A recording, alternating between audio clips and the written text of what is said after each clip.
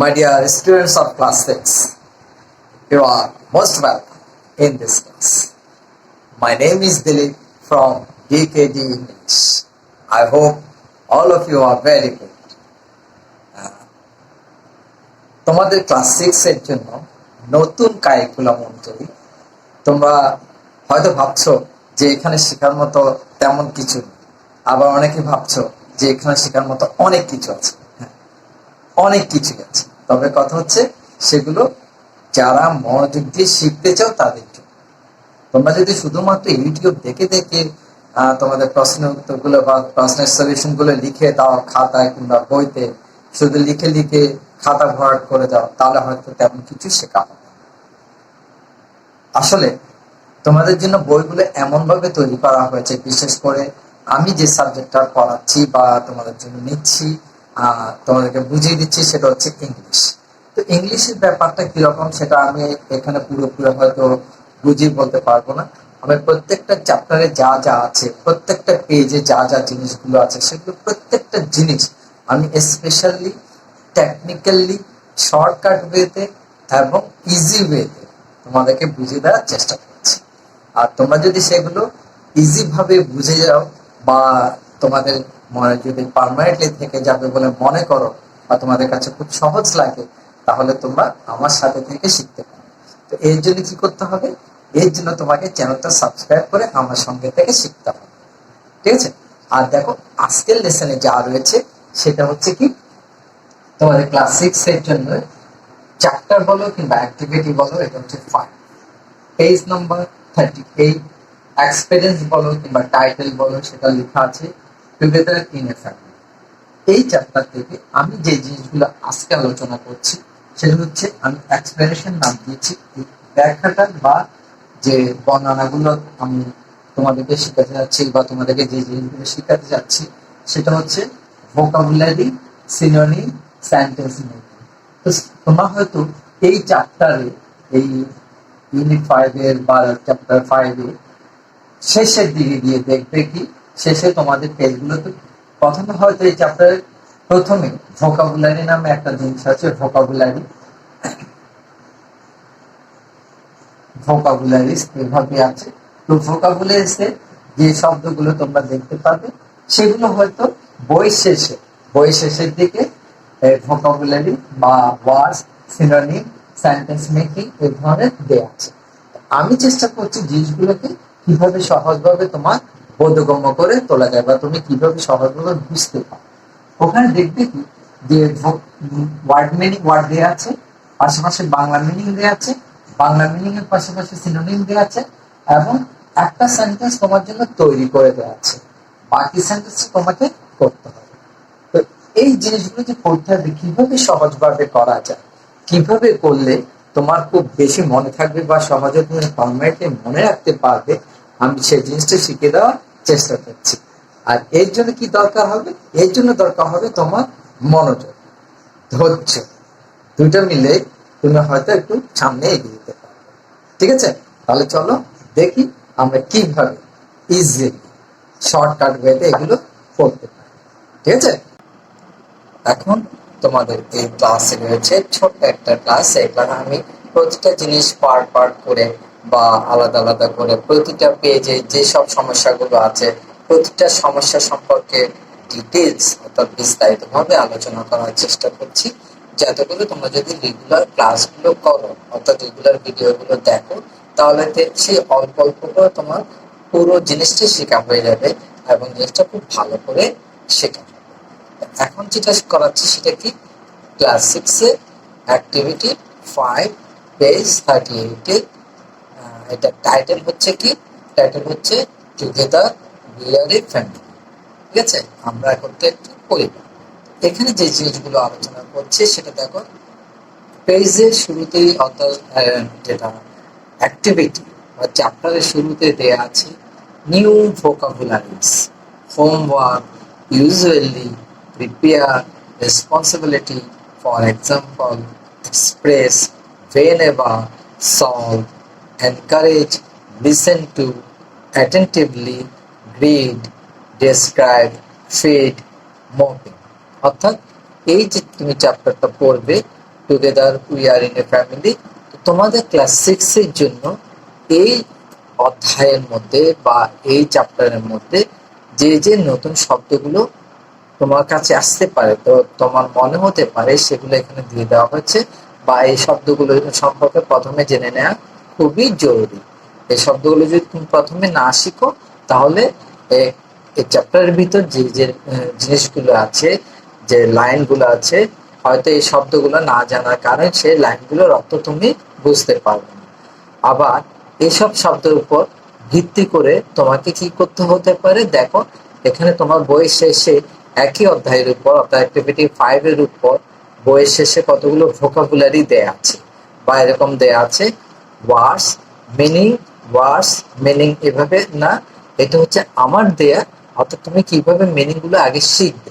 আর তোমাদের বইয়ের পিছনে দেয়া আছে সেটা কিরকম দেখো, সেটা দেয়া আছে right the meaning of the following words and make sentence with every word. অর্থাৎ এটা তোমাদের প্রশ্নপত্রে থাকতে পারে, তোমাদের প্রশ্নে এরকম থাকতে পারে যে কিরকম, যে ওয়ার্ড দেয়া আছে সেটা তোমাকে লিখতে হবে, মিনিং লিখতে হবে। মিনিংটা তোমাকে এবার যেমন হোমওয়ার্কের মিনিং হচ্ছে বাড়ির কাজ, এবার তুমি বাংলা মিনিং লিখলে হবে না, তোমাকে কিন্তু ইংলিশ মিনিংটাও লিখতে হবে। ইংলিশ মিনিং লিখতে গেলে তাহলে তোমাকে কি জানতে হবে, সিনোনিমস জানতে হবে। সিনোনিমস বাংলায় যেটাকে আমরা বলি সমার্থক শব্দ। এরপর হয়তো এক্সাম্পল তোমার দেয়া থাকতে পারে, নাও দেয়া থাকতে পারে, উদাহরণ একটা দেয়া থাকলো, এবং এই উদাহরণটা বুঝে বা এই সিনোনিমটা বুঝে তোমায় কি করতে হবে, মেইন প্রধান যে শব্দটা দেয়া থাকবে সেটার উপর এখানে কি করতে হবে, তোমার নিজের একটা সেন্টেন্স তৈরি করতে হবে, অর্থাৎ মেকিং সেন্টেন্স বা মেক সেন্টেন্সেস বলতে হবে। এখানে দেয়া আছে মাই সেন্টেন্সেস, ঠিক আছে। তো তার আগে দেখো আমি এখানে যেগুলো করেছি সেগুলো কি, এখানে আমি বাংলা মিনিং গুলো প্রথমে তোমাদের শেখার জন্য লিখে, প্রথমে বাংলা মিনিংটা ভালো করে শিখে ফেলবো। বাংলা মিনিং এবং ইংরেজি এই যে শব্দগুলো দেয়া আছে, এই শব্দগুলো বানান, স্পেলিং যাকে বলে, এগুলো ভালো করে শিখে ফেলবো। ভালো ছাত্রছাত্রীদের ডিউটি বা দায়িত্ব কর্তব্য হচ্ছে যে এগুলো ভালো করে শিখে ফেলা। তুমি একবার শিখলে পরবর্তীতে সেটা তোমাকে অনেক ভালো একটা কাজ দেবে, অর্থাৎ ইংরেজিতে তোমার পারফরমেন্স অনেক বেড়ে যাবে। দেখ, হোমওয়ার্ক বাড়ির কাজ, ইউজুয়ালি সাধারণত, প্রিপেয়ার প্রস্তুত করা, রেসপন্সিবিলিটি দায়িত্ব, ফর এক্সাম্পল উদাহরণস্বরূপ, এক্সপ্রেস ব্যাখ্যা করা, whenever যখনই।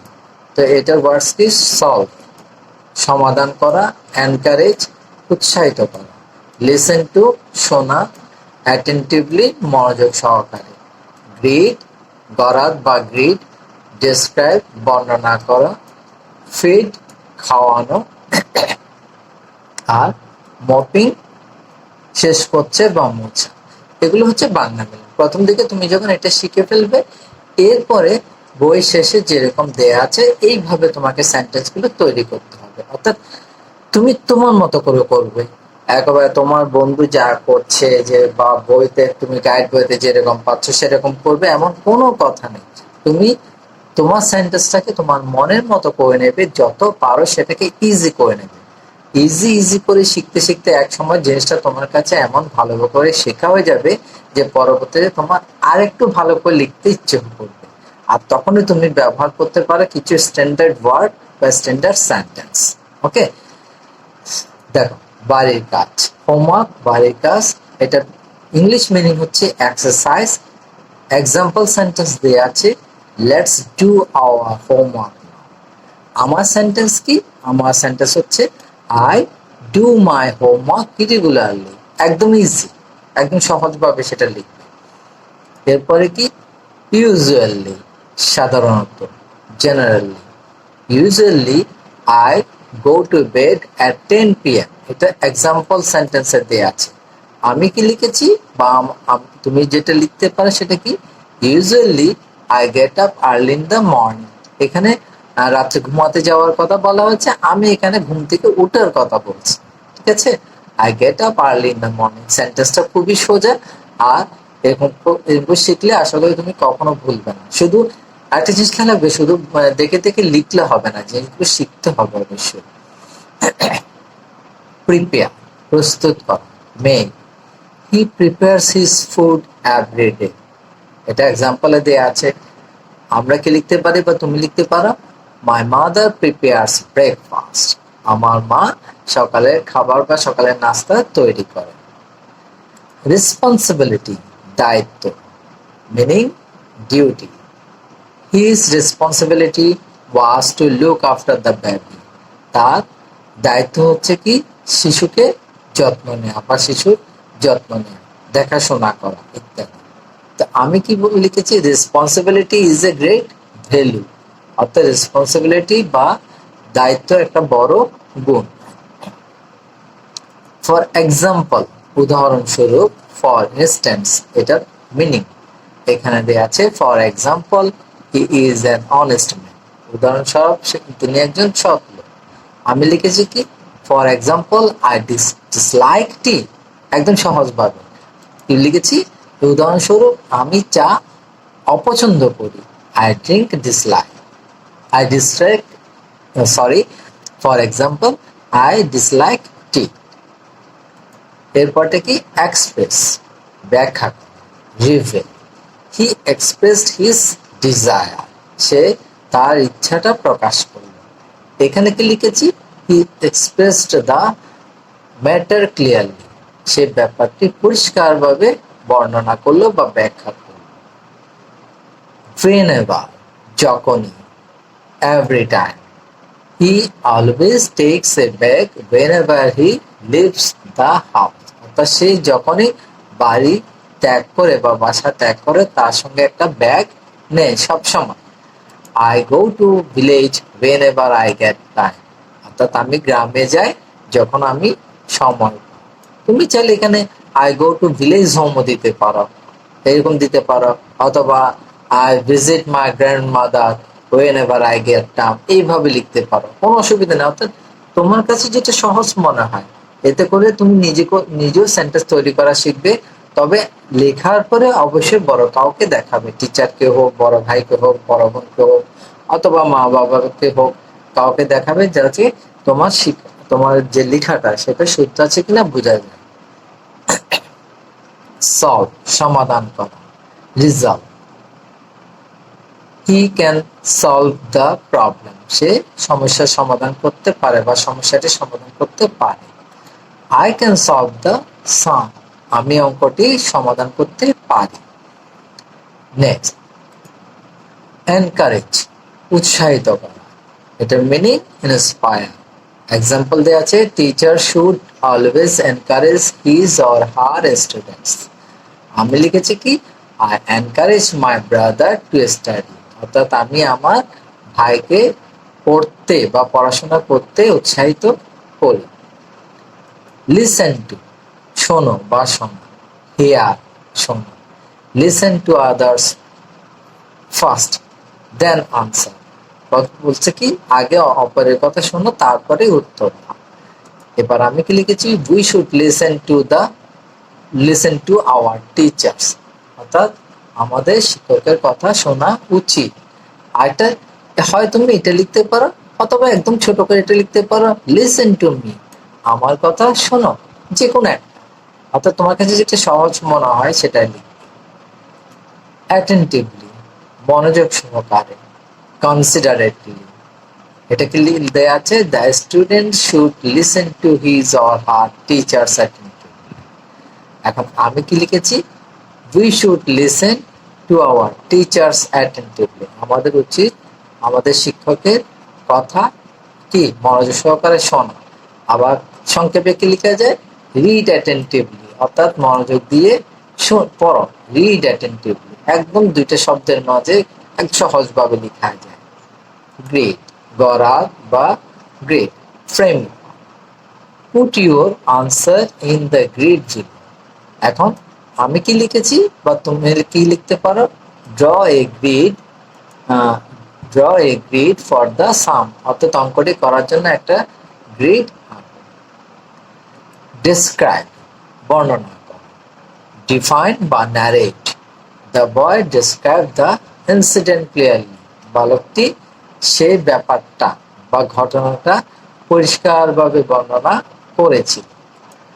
I have described the picnic. আমি বনভোজনের বর্ণনা দিলাম। I have described. আমি বনভোজনের বর্ণনা দিলাম। Feed, খাওয়ানো। Give feed to, খাওয়া দেওয়া। I feed my pet daily.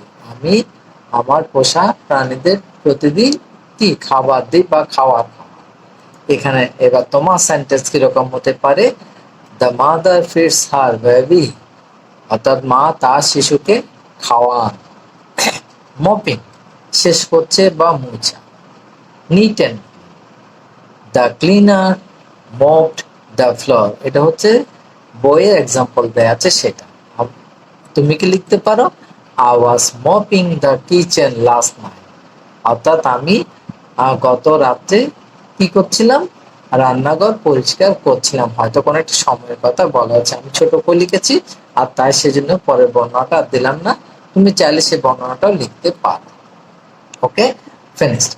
দেখো তাহলে প্রথমেই তোমার খেয়াল রাখতে হবে কি তুমি যে চ্যাপ্টার শিখতে চাচ্ছ সেই চ্যাপ্টারের মধ্যে যে ভোকাবুলারি গুলো দেয়া থাকবে বা নতুন শব্দগুলো দেয়া থাকবে সেগুলো অবশ্যই বাংলা অর্থ সহ সিনোনিম সহ শিখে ফেলতে হবে, কারণ এটার উপর বেস করে একটা প্রশ্ন থাকতে পারে, এমনকি সেন্টেন্স মিনিংও থাকতে অর্থাৎ সেন্টেন্স মেকিংও থাকতে পারে। তাই প্রথম দিকে ছোট ছোট করে বা অল্প অল্প করে এই জিনিসগুলো অবশ্যই শিখে ফেলবে। ঠিক আছে? Thank you very much for watching the video.